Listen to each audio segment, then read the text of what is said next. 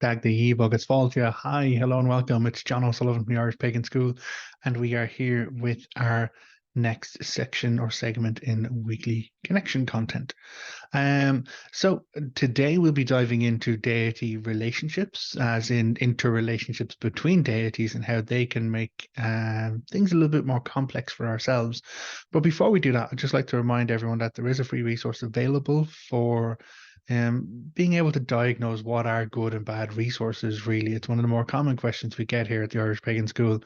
And we have talked very passionately, hopefully, and very consistently about the fact that like bad information is damaging, but misinformation is actually harmful. It's harmful to cultures, to people's practices, to their relationship with deity, and to their own spiritual growth. So it's very important to us to make sure that wherever possible, we're pointing at what we see as good resources.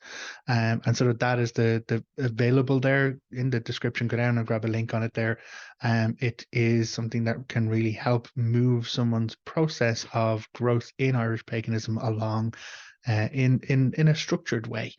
And also get you onto our mailing list where you can engage and connect and interact with all of the amazing content that we give here at the Irish Pagan School, but then also be, given the heads up when we have those social gatherings, those like second Saturday kind of live hangouts where we get to just be around each other and be a community of people who are Irish Pagan associated.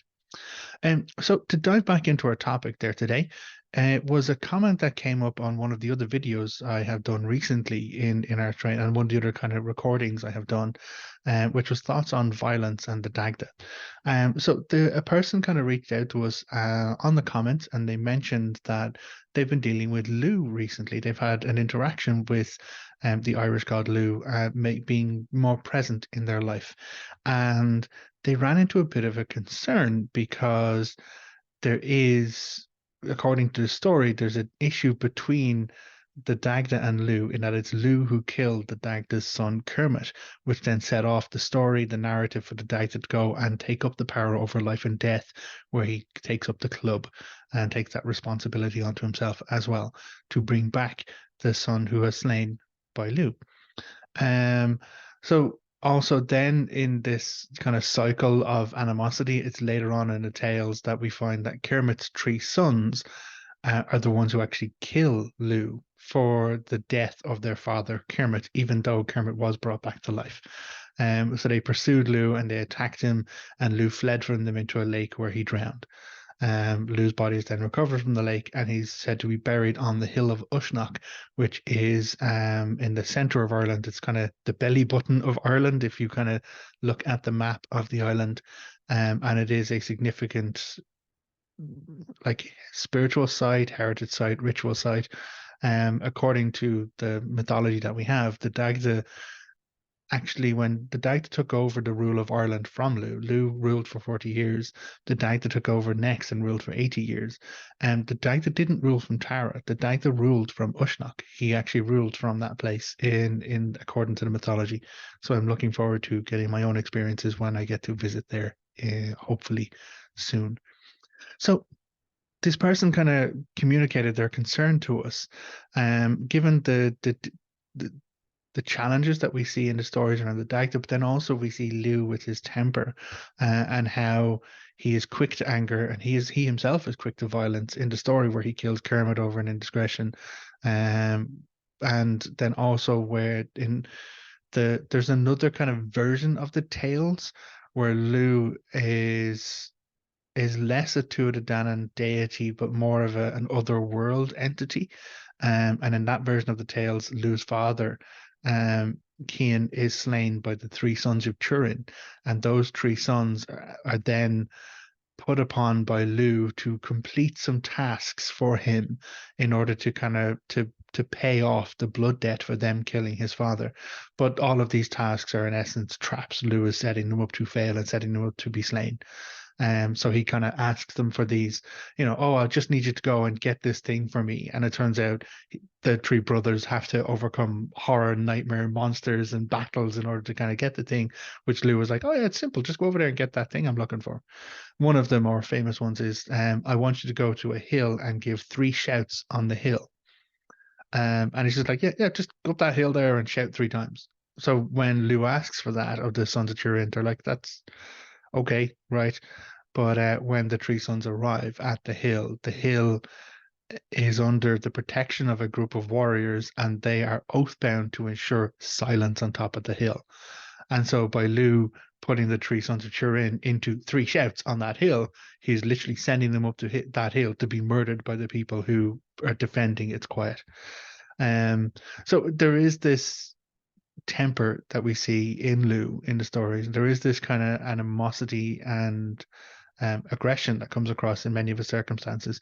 And so the person having a relationship with the Dagda already and experiencing or building a connection in their spiritual path with the Irish god Lugh is afraid that there will be some level of animosity or difficulty, or as the words they put upon it is, they don't want two gods to have an argument or a fight in their head. So they were looking for any tips of god etiquette on Dagda and Lugh, or on another example, Morrigan and Maeve would be useful. So the first thing to really kind of say about all of that directedness is that whatever information we have is information and stories to help us understand, build, guide, and build towards our relationship and our connection with ourself and then with deity. And what we find as we kind of begin to build those connections is that, especially with the Irish gods, working with one Irish god usually leads to working with more than one Irish god. Laura has taught classes on it in the Irish Pagan School, meeting the Irish gods, for example. And the term she uses is that you almost get ganged up on, like you buy, oh yeah, oh, I'm really interested in Bridget, and I'm gonna work with Bridget on, like, flame keeping, or on women's mysteries, or on, like, Bealth and circumstances, or whatever it actually is. And then next thing you know, the Dagda's there. Next thing you know, the Morrigan's hanging around. Next thing you know, Lou's turned up, and suddenly this what was intending to be a singular relationship becomes a polytheist expression of connection with deity. Um, it is not uncommon for that to happen. It is, in fact, quite common for that to happen. It's rare that individuals would not develop some form of connection or relationship with the other gods in the Irish pantheon. And from our stance and my belief on it personally as well, is that it comes down to the fact that the Irish gods are not monotask. It's not, oh, I talk to this god for weather, I talk to this god for love, I talk to this god for this. It's not a kind of singular thing. The Irish gods are multi-talented, multitasks. Essentially, if you look at Lugh and the Dagda, oddly enough, both of them have a name that's attached to them: Lugh Ildonach, and the Dagda Saville Donach. Um, and they kind of both mean many interlinked skills.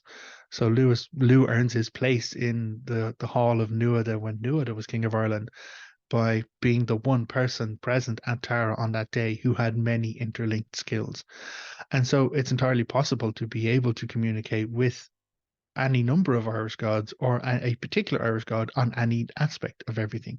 Now, of course, there are some kind of key areas that, we do look at and we do see that gods specialize in.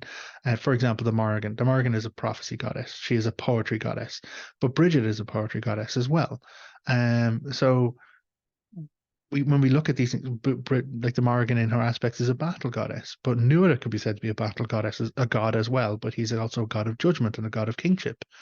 So there's all of these different kind of areas and crossovers, and it's important to make sure that as you're approaching your relationships and your connections with deities, you treat them as individuals as much as they may turn up as a collective.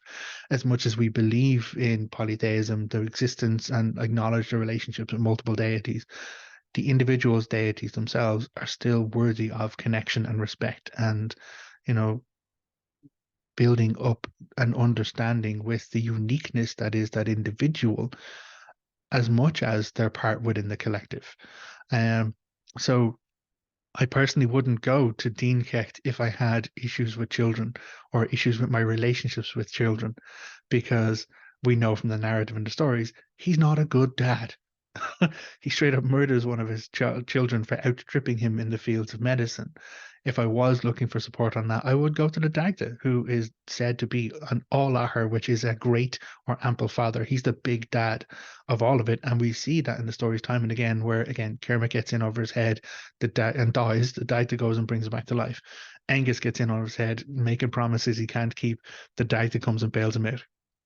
His daughter Bridget, time and again, almost seems to be uh, the inheritor of so much of the Dagda's resilience and ability and sense that you'd have to wonder, are we missing stories somewhere back on the line where Bridget is an absolute creature of anarchy and flame, and the Dagda just has to find some way to help her temper herself.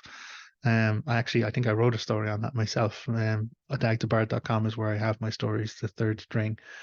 So um, there are many different aspects to be considered as we're approaching it. But I could talk to the Morgan about battle. I could talk to the Bive about battle. I could talk to the Dagda about battle. And the challenges that we battle against and overcome for ourselves. I could talk to Gwivnu about feasting as much as I could talk to the Dagda about feasting.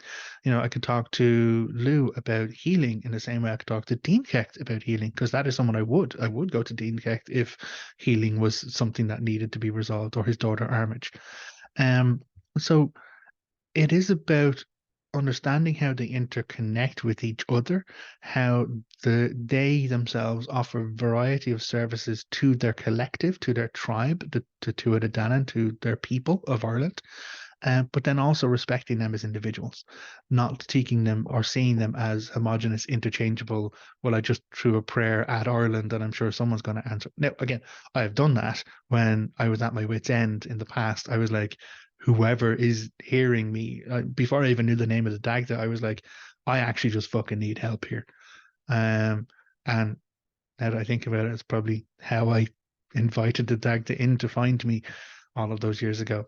Um, so it's possible to approach those things, but once we begin to have an understanding of connection, of identity, of what deity, God, guide, guardian, spirit, ancestor we're working with, or interacting with on our spiritual journey, it's important for us to acknowledge and respect that relationship for the individual nature that it is, as much as we may have other relationships. So, for example, I have many friends. I have many people I deem acquaintances, pals. I have many people I get on with, but I have three people I consider best friend in all this world. That's not including Laura. Um, so, and even those amongst those three people, there are certain aspects of my relationship with them that I would express as much as I know I could express, or anything or everything with all of them, and find support, find compassion and respect. There's still certain things that, like, I know I could talk to one better about than I talk to the other. And that's kind of analogous of how it comes to when dealing with our connection with deity and our relationship with these energies and entities in our life. Um, and that doesn't make any one better than the other, or doesn't make any one lesser than the other, despite the fact that sometimes they don't get on either. And that's really what it loops back around with this narrative. Like, we can see that from the stories that there was conflict between Lugh and the Dagda. Absolutely. Does that mean that there still is conflict between the Lugh and the Dagda? It would be presumptuous to think that is so, because those stories are written down like generations ago, thousands of years ago, and coming to us from language of the ninth century in oral traditions, ninth century Old Irish, which was firstly a spoken language, and that's what we have written down. Um, and those stories carried down through the lineages of bards from way, way before that, since we actually could start telling stories about national identity and Irishness. Like, the stories of our gods have come down to us that way. But all of these stories are known as teaching tales. There's some moral of the story to learn from it. There's some aspect of, growing and changing to understand or experience from it. And talk of the story, a talk of any kind of narrative where there is conflict, it doesn't just stay with the conflict. It leads further on to how it was resolved, how it was ended. Even if it ends in a death or anything like that at all, it still leads to an end of it. So humans have a great capacity for judgment. Humans have a great capacity for grudges. Um, and we are very limited in a temporal sense, in that every single one of us has a birth, has a number of breaths that we get to take throughout our life, and then we have an end where the last breath will leave us. You know, and no matter how long that is, it's still a short period of time compared to ever living endless deities, or immortal entities of the other world.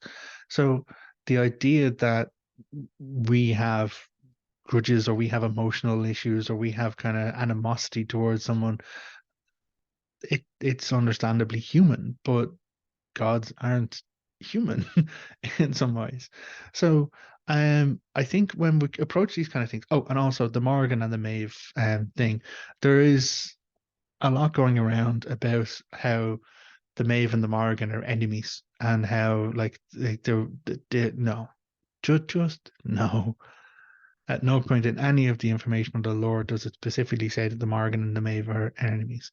Maeve, Queen of Connacht, goes into the cave of the cats, goes into Uvnagotch, the fit abode of the Morrigan, and comes out with the three stone-headed cats to deal with the Cuchulainn, Lir Bujok, and Conall Cernach issue in the Ulster cycle. Do we think for one moment that Maeve would have been able to go on another world journey into the other world and not just go in and come out safely, but also go in, come out with the necessary tools of judgment for the heroes of Ulster if it wasn't for the support of the Morrigan?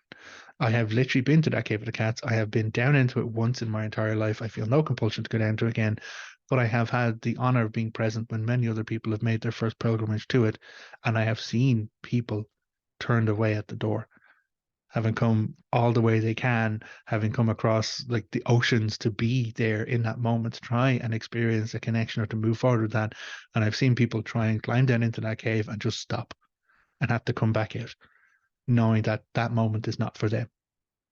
So there is no animosity between the Maeve and, well, between Maeve and the Morrigan in that instance. And a lot of that stuff comes from the bullshit misconstruing circumstance of the Morrigan testing Cuchulainn in the Ulster cycle, because the Morrigan appears to Cuchulainn and then kind of challenges him, and she actually says that she's the one who is standing over his death.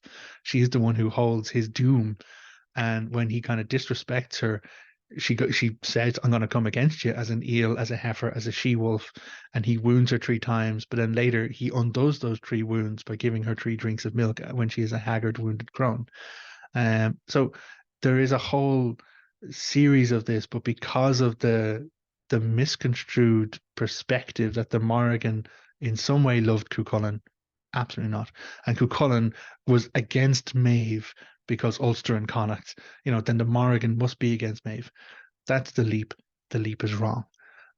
Because the conflict between Ulster and Connacht is a political conflict between humans, which is a whole lot of bullshit that gods are aware of, but I doubt they're as invested in as we think they are.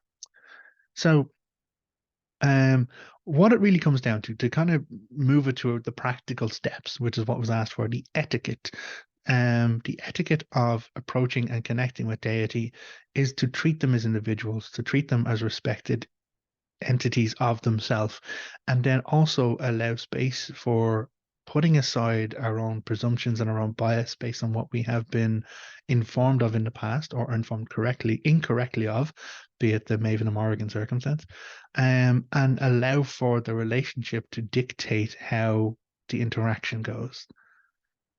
If we believe that our gods are amongst us, if we believe in the existence of these entities and energies in our life and the influences of them, if we carry on with the core belief and fundamental faith in otherworld entities and the gods of Ireland influencing our lives, then we need to believe that they will tell us how and where and when and the relationship needs to grow, change, or shift. Um, I many times, and I think I've answered this question in a couple of different formats. People ask me about, well, I have an altar space, and can I put, my Lugh stuff on the same space as my Dagda stuff, or can I put the Morrigan stuff anywhere near the Maeve stuff, or can I put the Bridget stuff anywhere near the Morrigan stuff? And essentially, what it really has to come down to is building that space for you. Altar space isn't is a space to invite in the gods, but it is our space to invite in and work with our gods. And so if the space works for you, that's what works for you. And you might find that, like, okay, well, actually, I've had people talk to me that, like, they built an altar space, they have this separate area where they engage with all of their gods and the various Irish deities. But for some reason, whenever they're in the kitchen is where they get the most Dagda stuff. So they ended up moving the Dagda stuff off the altar space and into the kitchen space in their home. And that just fit for them. That just worked for them. In our house here, we have the office space where we work, and it is two shelves on a bookshelf. I have a secondary shelf, and that's where I have Dagda stuff and a cauldron for Ireland. Um, and above that, Laura on the shelf above. And it's not like, oh, the top shelf and the middle shelf. There's no ranking here. There's no ego in that kind of stuff. Well, at least definitely not from the Dagda point of view, or my point of view. But like the Laura has the Morgan stuff, the Maeve stuff, the Monaghan stuff, but also Oma with the work she's been doing in the Om and the Om Academy. So it is about making the right connections and relationships with our gods, guide, and guardians, and then allowing for those relationships to dictate what is best and what works for us. So the best kind of etiquette I can say is to look to yourself first, look to your own like security, your own sense of self, your own sense of identity, and then be very practical about, well, this is where I come to worship. This is where I come to engage with my gods. And if my gods are going to come engage with me here, then it needs to be fit for both of us, for me and my gods, not just for whatever the gods want. And so when it comes down to specific examples with Dagda and Lugh here, I personally don't see any difficulty between Dagda and Lugh at all. I have my own grumblings about Lugh, but Lugh is a fucking straight up dead sound deity to have on side. If you have a problem and you don't know who to talk to Lugh, because he is the one of many interlinked skills. Or the Dagda, because I'm biased for Dagda guy. Dagda's just great. Lugh might lose his temper with you. The Dagda probably won't. It'll take a heck of a lot longer to do that. Not saying that Lugh is temperamental or that people should be afraid of Lugh. That's not what I'm saying here. I'm rambling off here, and I need to be cautious of not kind of overdoing that.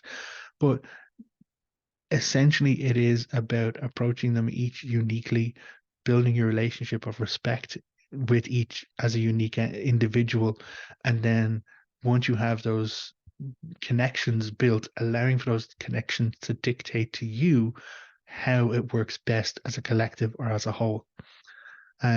So hopefully that answers that question. Hopefully that gives some kind of perspectives or insights.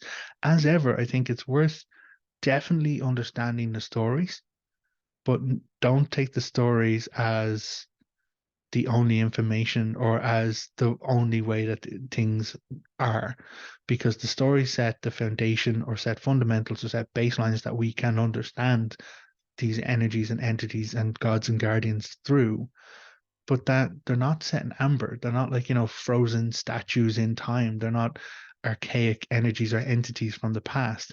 That is a biased perspective for me, and it's a foolish perspective for me. Like the Morrigan is a goddess of fucking prophecy. She has been seeing the future from the very fucking beginning. Do you think she's gonna stop doing that? Do you think she's gonna stop moving with the times, and like adjusting and growing and keeping the agenda running the way it needs to run, so that she can carry on her work through down through all of these ages? Dagda is not like not some frozen, you know, robes guy, or like, I write a lot of stories about it myself, and I think probably if anyone is interested in how I view the current manifestations or how I have seen the gods and goddesses of Ireland in my own experiences, I'd recommend going and have a read of those stories, because some of them do take place in our modern setting. And you know, I would find the Dagda wearing workman's outfits as much as, wearing robes on a fancy day. I've walked with him on freezing cold mornings where I'm wearing a heavy coat and he's wrapped up in a hat and a scarf. Like, it is about how we build and grow our connections with their deities and allow for the uniqueness of each to inform us is the best way to approach a healthy relationship with gods, guides, guardians, deities, and in particular Irish deities. Because, again, as I mentioned, if you get to know one, you're probably going to get to know the rest, even in some way, shape, or form. So thank you very much for that query. I really appreciate it. Thank you very much for being an awesome and amazing community with us here at the Irish Pagan School. As I mentioned, do make sure you pick up that free resource because it can help stave off some of that harmful or dangerous misinformation that is out there. It can help steer to, what we see as the good and the right resources to get a good foundation and growth. And also accept the fact that no matter where you are right now, it's easy to change and to keep on growing. Just because we've made mistakes in the past doesn't mean we have to stay in the past. We can grow, we can change, we can learn and experience new things for our life and our spirituality. So, as ever, Gurav Mahagas, thank you very much for being with us here at the Irish Pagan School. And until the next time, Slán. Goodbye.